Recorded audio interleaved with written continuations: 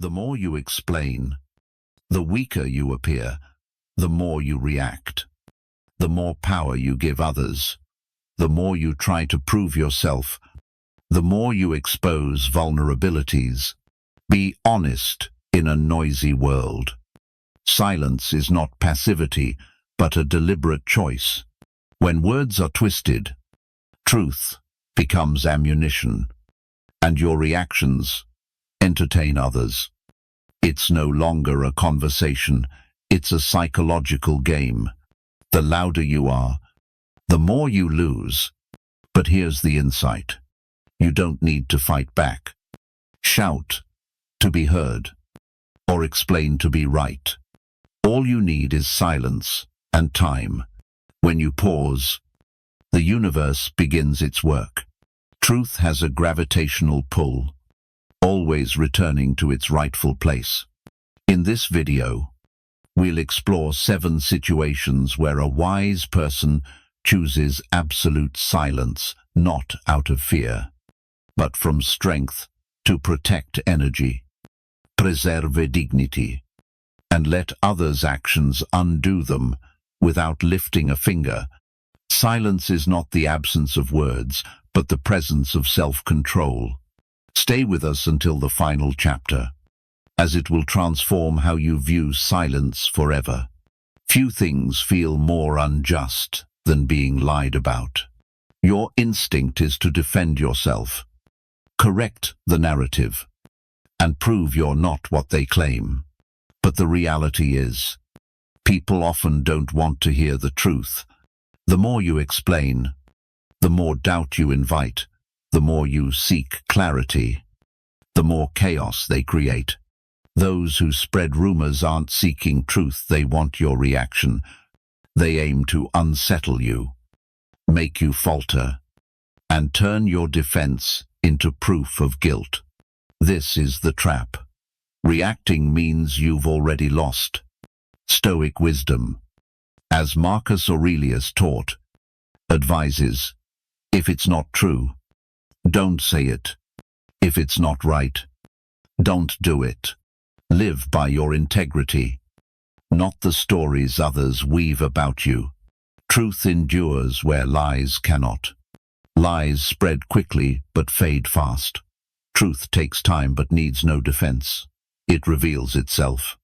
Consider James, a man falsely accused at work. Rumors spread, and colleagues distanced themselves.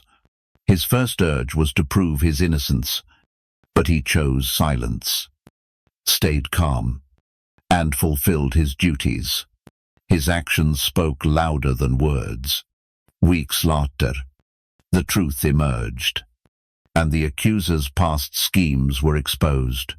By not reacting, James preserved his dignity and rose above the noise.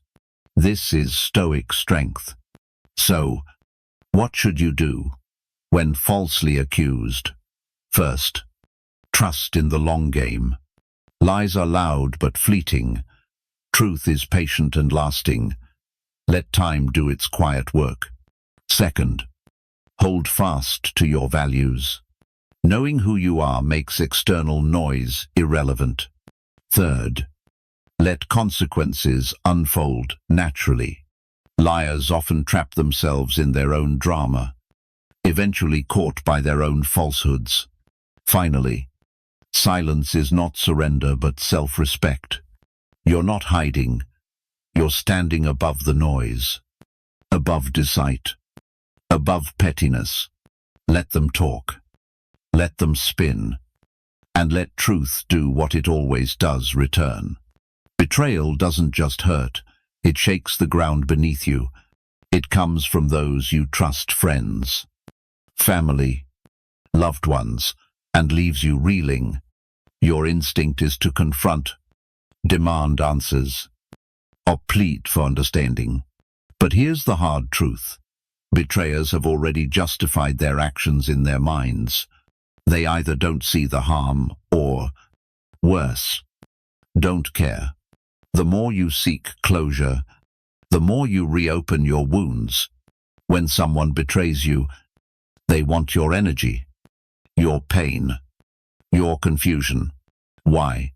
Because it gives them power, proving they matter. What happens when you give them nothing, no anger, nor retaliation? Just silence. They lose not only access to your words, but also your spirit. Seneca wrote, "A gem cannot shine without friction, nor can a person grow without challenges." Betrayal is friction, painful but clarifying. It reveals who truly matters and forces you to face a tough truth. Not everyone you care for will stay by your side. Let me share a story about Sarah, a woman betrayed by a close friend of over a decade. They shared dreams, doubts, and triumphs. But Sarah discovered her friend had undermined her success out of jealousy and insecurity.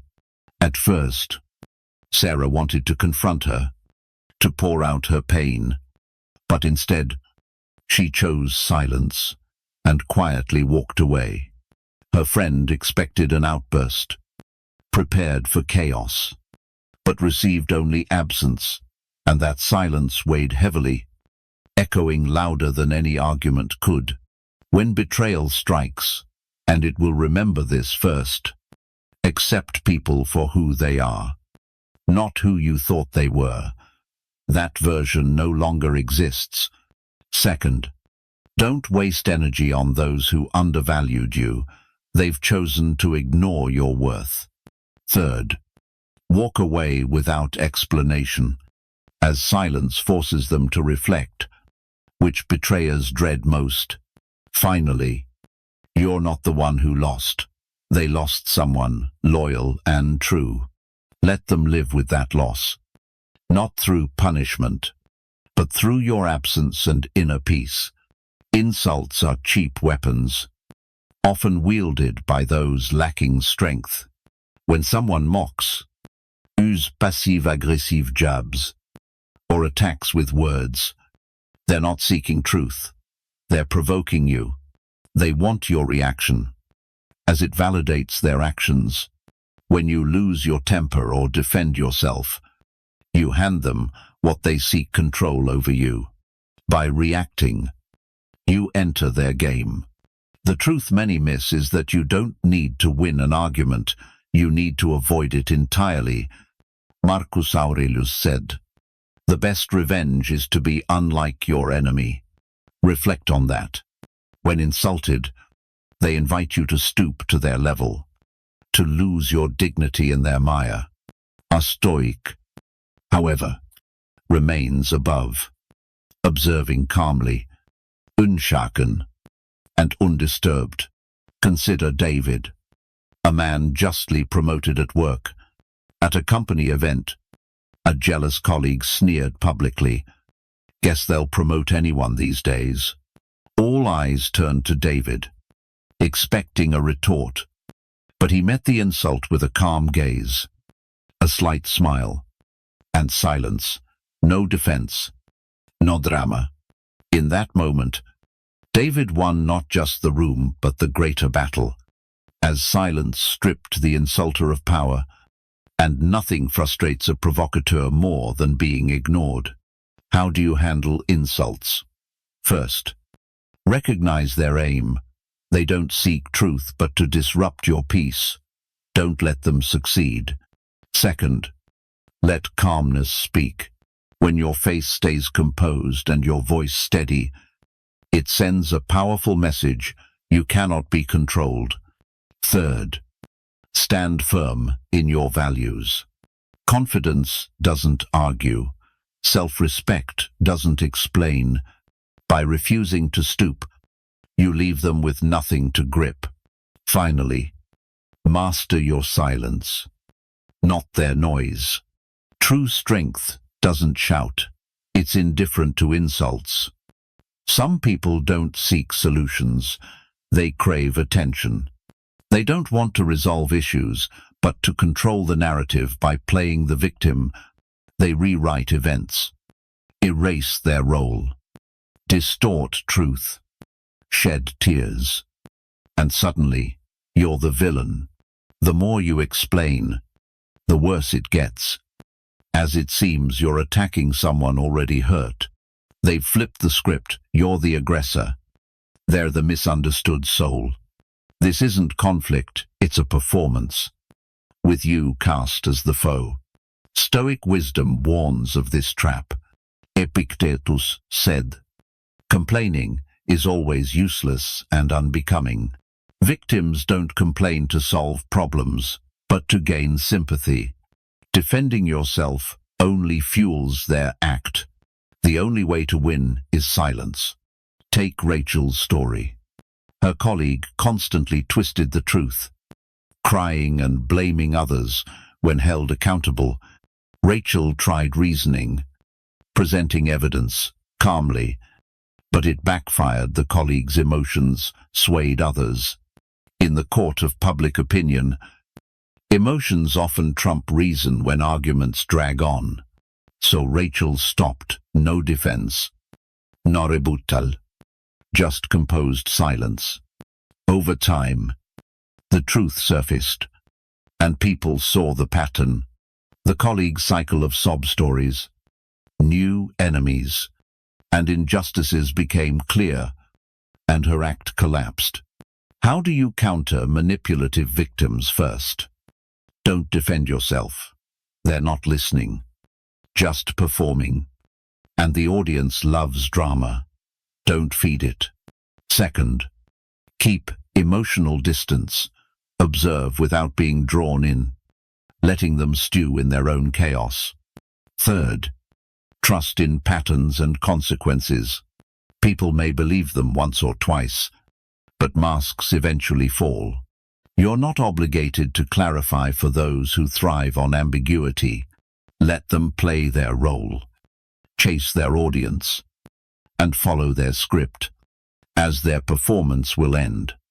And silence is the curtain that falls.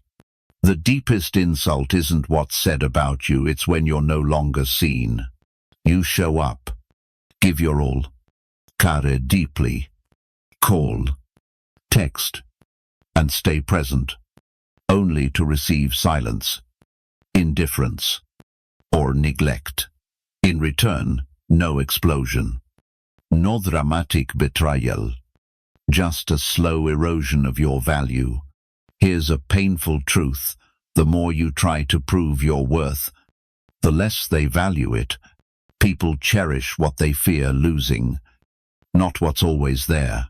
When you're constantly present, always reaching out, you become background noise in their world, not essential, but invisible. Stoic wisdom restores your power. Seneca said, "Time reveals all truth." Sometimes, the truth others need to see is your absence. Consider Jake, a steadfast man, always checking in, remembering birthdays, asking about others' days. Yet he noticed no one reciprocated unless he initiated. When he stopped reaching out, days of silence stretched into weeks. This revealed who truly valued him and who saw him as mere convenience.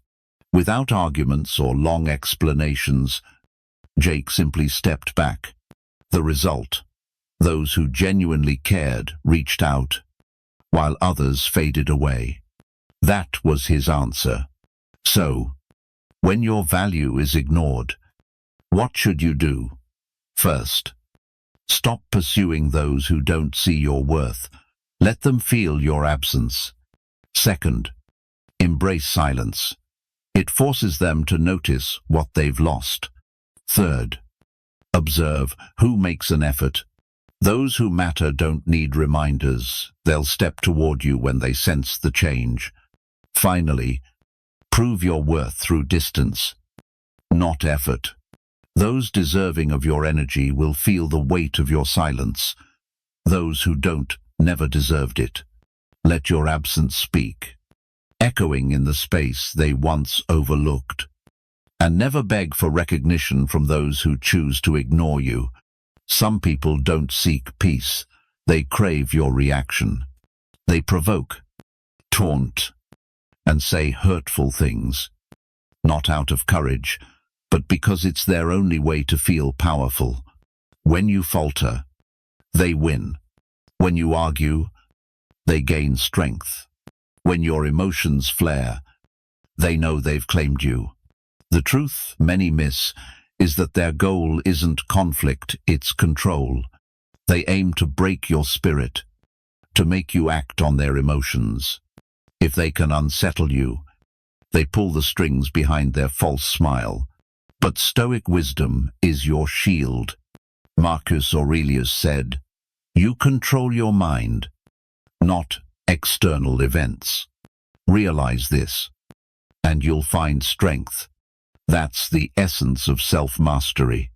You can't stop others from provoking you, but you can deny them the one thing they want most, your reaction. Consider Adam, a man whose colleagues stirred chaos in every meeting with sly jabs and veiled insults, just subtle enough to dodge consequences. At first, Adam defended himself, argued, and explained, but each time he left the room more drained. Then he changed his approach. The next time his colleague tried to provoke him, Adam offered a slight smile, a calm nod, and silence. No dismissal, no tension, just detachment. His colleague was rattled, unaccustomed to the absence of a reaction, like a fire that fails to catch. Eventually, the provocateur gave up, as no fuel sustained his toxic flame. So, how do you handle provocation first? Identify the pattern. Repeated conflict reveals their intent. Not a personal issue, but a strategy. Second, stay grounded.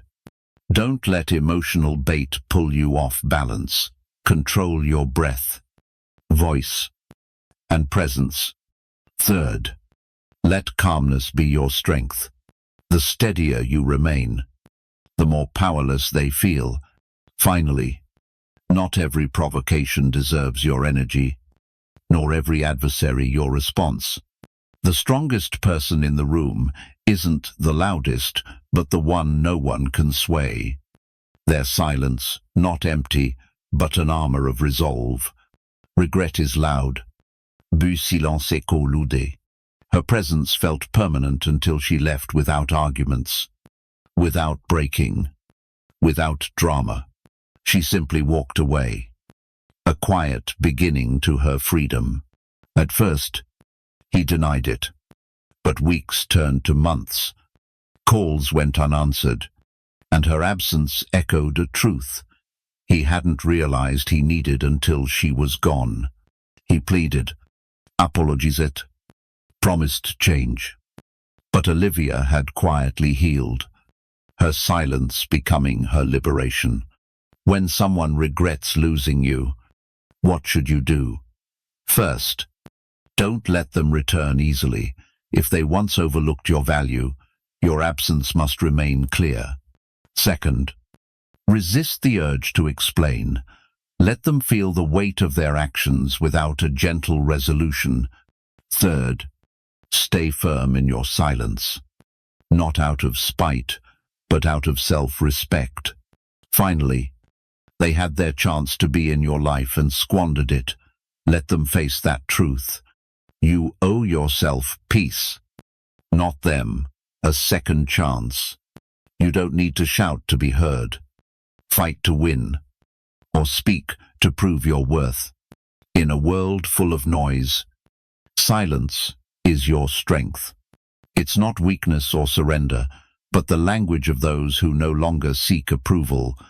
Silence reclaims your power, steps you out of traps, and lets time, truth, and consequences finish the story. You choose not to continue. A Stoic doesn't chase validation, beg for closure, or crumble under noise. They step back and let the universe do what it does best, restore balance. So, when faced with lies, betrayal, insults, provocation, or regret, Don't respond. Don't explain. Don't perform. Just observe and wait. Consequences don't need your help. They need your silence. If this message resonates with you, if you find truth in these words, don't just move on. Join Think Stoic 101, where strength is found in silence, wisdom is sharp, and every word is crafted to endure. If you know someone who needs this message, share it with them. Spread the insight, or let your silence ripple outward with purpose.